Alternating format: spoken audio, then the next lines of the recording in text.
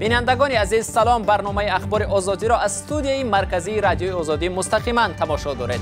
امروز جمعه 28 دکبر است و من عبدالله اشرف هستم همراه شما. حالا مرور میکنیم به سرخطی برنامه امروز. نرخ بنزین در تاجیکستان ارزان شد. اقدام موقتی و یا تنظیم واقعی بازار مواد سوخت. نرخ گازم ارزان شد. نسبت یعنی مبلغ اولوی هم کمتون با زندگی پیش میبریم. حمله با تبر با زوجه سوم. مرد در کتقرغان ازبکستان زوجه خود را به خیانت ایبدار کرده با تبر او را زده است. به ساشا مسکو بار دیگر حمله کردند. حامیان حقوق میگویند حمله‌وران ساشا مسکو جزا خواهند گرفت. حمله دوم که در نزدیکی ایستگاه متروی کوزمینیک رخ داده بود حل می شود تا اینکه تفتیش این حادثه علاهده از سوی مقامات حفظ حقوق ناحیه صورت بگیرد. برنامه را با خبرهای تاجیکستان شروع میکنیم. در عرفه سال نو در تاجیکستان نرخ بنزین یکی از سوزشواری‌های پر استفاده در کشور کمی ارزان شد. قبل از این حکومت تاجیکستان برای تنظیم محصولات نیاز اول از جمله بنزین قرار کرده بود. ارزان شدن نرخ بنزین در تاجیکستان کم سابقه است، چون مدت هاست نرخ سوزشواری پیاپی بالا می رود ولی خیلی کم اتفاق می افتد که آن ارزان شود. برات یوسفی گزارش می دهد. با پیشنهاد خدمات ضد انحصاری نزد حکومت تاجیکستان، قیمت محصولات نفتی از جمله گاز و بنزین و سلیارکا در بازارهای تاجیکستان تا 10% پایین آورده شد. این خدمات میگوید پس از آموزش قیمت‌ها در بیرژه‌های بین‌المللی نفت، امکانات خرید در تاجیکستان و گفتگو با شرکت گازپروم نفت تاجیکستان به چنین قرار رسیدند. البته این مسئله ما از میگیم معلومات‌های اینترنتی از همه چیز همیشه با خبر میشیم و تحلیل می‌نماییم. در حالتی اگر از جانب همین شرکت‌های وارد کننده یا که از دولت‌های استحصال کننده در حالت پس برآوردن نرخ صادرات محصولات نفتی به جمهوری تاجیکستان، البته این به واسطه برای پس گردیدن نرخ سوزشواری در نقطه‌های سوزشواری دیده می‌شود. تا 2 روز پیش در نقطه‌های فروش سوزشواری دوشنبه قیمت 1 لیتر گاز مایع تا 4 سومانی و 40 درم، بنزین نوعی 92 تا 7 سومانی و 90 درم، بنزین نوعی 95 8 سومانی و 20 درم، سلیارکا تا 8 سومانی و 30 درم فروخته می‌شد. اکنون 1 لیتر گاز مایع 4 سومانی، بنزین وابسته به نوع 7 سومانی و 50 درم و 7 سومانی و 80 درم فروخته می شود. قبل از همه راننده ها از این تصمیم استقبال می کنند. تحصیل مثبت به همین جهت که خیلی نرخ گاز هم ارزان شد. مثبت همین مبلغ اولوی هم کمتون با زندگی پیش میبریم. خدمات ضد انحصاری تاجیکستان میگوید این نرخ‌های تصدیق شده محصولات نفتی نهایی نیست. بعد گفتگو با شرکت‌های اصلی وارد کننده تصمیم گرفتند در طول 1 ماه آینده قیمت محصولات نفتی در بازار تاجیکستان باز 10% دیگر پایین آورده شود. زیرا آموزش بازار داخلی که قیمت‌ها در آن وابسته نرخ سوزشواری است، ضرورت چنین تصمیم حکومت تاجیکستان را پیش آورده است. با منظور جلوگیری از بالاروی به یکباره نرخ محصولات نفتی، در آغاز ماه روان حکومت تاجیکستان قرار مخصوصی را صادر کرد. قرار نقشه پیشگیری ریسک‌های احتمالی به اقتصاد ملی عنوان داشته و از طرف پرزیدنت امامعلی رحمان به امضا رسیده است.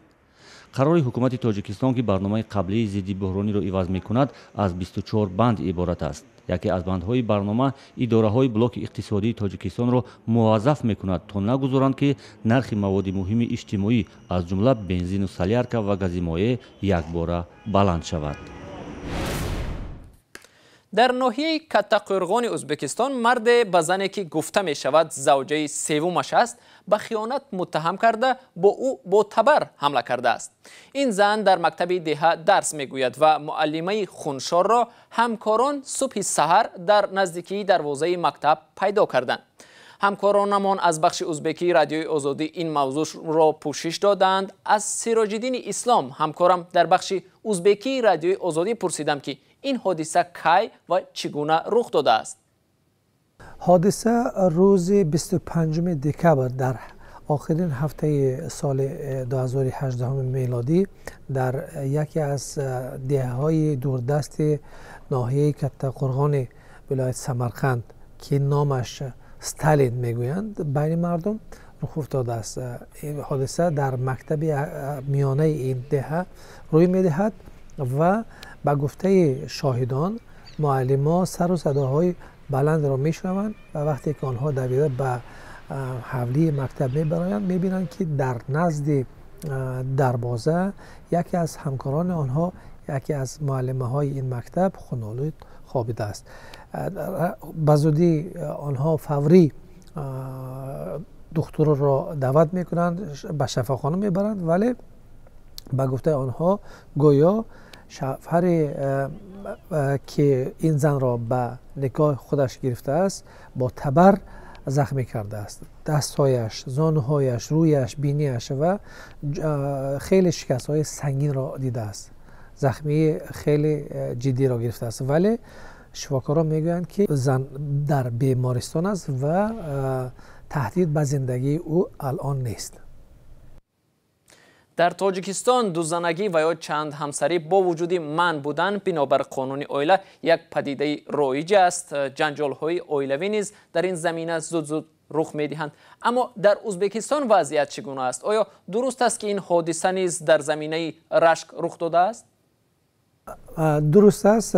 گویا به گفته مردم این زن با شوهرش جدا شده است و مرد که او را به نکاح خودش گرفته است قبلا دو زن داشته. این زنی سومش بوده گویا و در همون دهه اینا زندگی میکردند. ولی در ازبکستان البته بسیار زنی مثل تاجیکستان خیلی رواج نیافته است، اما با وجود این حادثه هست و مردم به این گونه حادثه ها یعنی وضعیت چشم میپوشند. یعنی رضایت مردم البته دیده می شود. آنها معمولا این حادثه را به دیگران نمیگویند، ولی همه خوب میدانند که مثلا یک مرد که اگر توانا باشد زن دوم یا حتی سوم را دارد. تشکر از سراج الدین اسلام، همکارم از بخش ازبکی رادیوی آزادی برای صحبت. یک شهروند تاجیکستان شکایت کرده است که در بازداشتگاه ادیگه منطقه مسلمانشین در قفقاز روسیه او را به نیروی برق گذاشته و شکنجه دادند. سیاد شاه عبیدوف که با اتهام جلب ساکنان به گروه تندروی دولت اسلامی ماه مارت امسال دستگیر شد، در سزای ادیگه نگهداری می شود. وی در ملاقات با وکیل دفاعش گفته است که مأموران FSB یا خدمات فدرالی امنیت روسیه در بازداشتگاه او را زیر مشت و لگد گرفتند.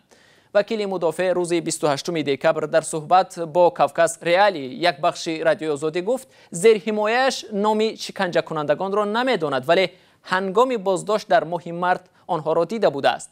با گفته وکیل مدافع، عبیدوف را در سزا با نیروی برق شکنجه کردند و به تخمین او قبورغش هم شکسته است. سیاد شاه عبیدوف اینچنین از شرایط نگهداری در بازداشتگاه شکوه کرده است که شیشه تیره‌ای اتاقش نیست و زمستان سرد حکم فرماست. سیاد شاه عبیدوف که هم شهروندی تاجیکستان و هم شهروندی روسیه را دارد، ماه مارت امسال از طرف نیروهای FSB بازداشت شد. عبیدوف طی تقریبا 7 سال باز با خانواده‌اش در این منطقه روسیه زندگی می‌کند. حامیان حقوق در شهر مسکو برای به جوابگری کشیدن حملگران ساشا مسکوا، بلاگر ضد و نقیض تاجیکی در حضور کارمندان پلیس صورت گرفته بود، تلاش دارند. اما در این میان افراد ناشناس دیگر باره به او حمله کردند. بلاگر میگوید جانش در خطر است، اما از شغل دوست داشته‌اش یعنی تقلید به سراینده های معروف دست نمیکشد. خرامان بقازاده گزارش میدهد. کسی از قفایم داد زد و پرسید که آیا من ساشا هستم؟ دو جوان بودند. من پاسخ دادم که نه، شما خطا کردید، من ساشا نیستم. بعداً طرف اتوبوس تاب خوردم که آنها ضربه نخستین را با اشیاء نامعلومه به این جایم زدند. این علاقه حمله دوم به بلاگر اینستاگرام ساشا مسکوا است. این بار به این جوان در ایستگاه اتوبوس ناحیه کوزمینکی حمله کردند. با گفته بلاگر حمله‌وران به زبان تاجیکی گپ می‌زدند. واقعا جان من در خطر است، چون که این یگانه حمله نبود. بر ضمن این بعد آنکه که حمله‌وران آن ویدیو را نشر کردند که در آن بی‌عملی کارمند پلیس دیده می‌شود، حمله به من بیشتر شد. баъди нашри видеои ҷанҷолбарангези латукуб дар ҳузури кормандони полис, мақомоти қудратӣ ҳатто аризаи ҷабрдидаро қабул накарданд. танҳо пас аз дахолати кумитаи мусоидати шаҳрвандӣ масъала ранги дигар гирифт. ҳомиёни ҳуқуқ мегӯянд қазияи Саша нодир аст. Те случаи, которые были у нас, нападали нацисты. дар қазияҳое ки мо доштем бештар қавмгароҳо ба шаҳрвандони шартии русия ҳамла мекарданд. бегона ситезии худро нишон медоданд ва ошкор мегуфтанд ки як зумра одамонро бад мебинанд. инҷо асли масъала ба қоидаҳои рафтори ҷамъияти алоҳида меравад. яъне гуфта мешавад ки ҳар касе қоидаҳоро вайрон мекунад, ӯро ҷазо интизор аст. Которые говорят о том, что их нарушать нельзя, иначе тебя ждет наказание. шуғли Саша ин аст ки ба оҳангҳои овозхонҳои маъруфи тоҷик тақлид мекунад. блогерро ба ҳамҷинсгароӣ муттаҳам карданд ва шармандаи миллат хонданд. Я не хочу повторять, так сказать, их.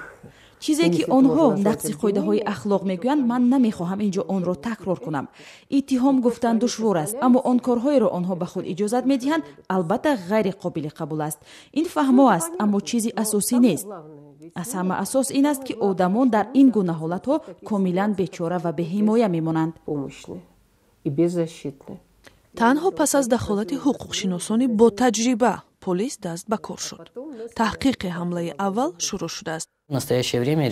дар ҳоли ҳозир масъалаи тафтиши ҳодисаи ҳамлаи дуввум ки дар наздикии истгоҳи метрои Кузьминик рух дода буд ҳал мешавад, то ин ки тафтиши ин ҳодиса алоҳида аз сӯи мақомоти ҳифзи ҳуқуқи ноҳия сурат бигирад.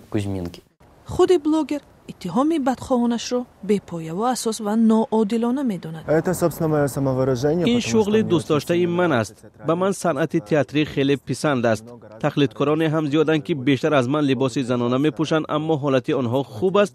дар театр бисёр мардоне ҳастанд ки нақши занҳоро иҷро мекунанд, аммо барои ин корашон касе онҳоро таъқиб ё ҳамла намекунад.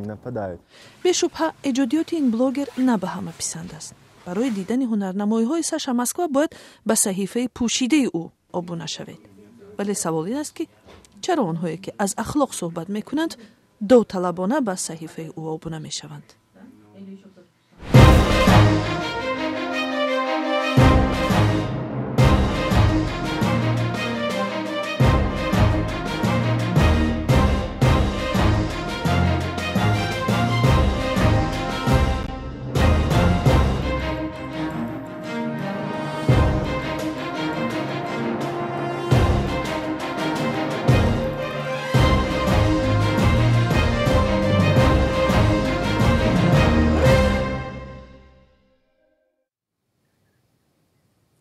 در ناحیه بلندکوه و دورافتاده تاجیکستان مرغاب چارواداران قطاس میپرورند، اما گوشت و شیر قطاس اساساً به ساکنان این ناحیه میرسد و در بازارهای دیگر مناطق کشور گوشت و شیر آن زیاد نیست. اما در منطقه بلندکوه قرقیزستان چارواداران موفق شدند که از گوشت و پوست قطاس چند محصولات آماده کرده دسترسی همگان کنند. در ناحیه بلندکوه و دورافتاده این قرقیزستان گوشت قطاس علاقه با بسیاری از ساکنان بلندکوه قرقیزستان دسترس است. منطقه بلندکوه قرقیزستان چارواداران موفق شدند که از گوشت و پوست قطاس چند محصولات آماده کردند و به مردم این کشور میرسانند. مردم کوهستان قرقیزستان به شرایط وزنین، هوای سرد و رودهای یخزده تاب میآورند، زیرا چنین شرایط برای پرورش قطاس بهترین به شمار می رود. سوینبک تونقطرف با همسرش گلنوره بایباسینова حیات خود را پوره به پرورش قطاس وابسته کردند. در برابر گوشت، پشم، شیر و حتی تپک قطاس برای آنها در پیشبرد حیات در این محیط کوهستان خیلی ضرور است. برای یک جمهوری سابق شوروی که با کمبود جای کار مواجه بوده، مردم زیادش برای روزگذرانی به مهاجرت می روند، پرورش قطاس کار خوب به شمار می رود. در مغازه های قرقیزستان 1 کیلوگرم گوشت قطاس به مبلغ 280 سوم یا حدود $4 به فروش می رود.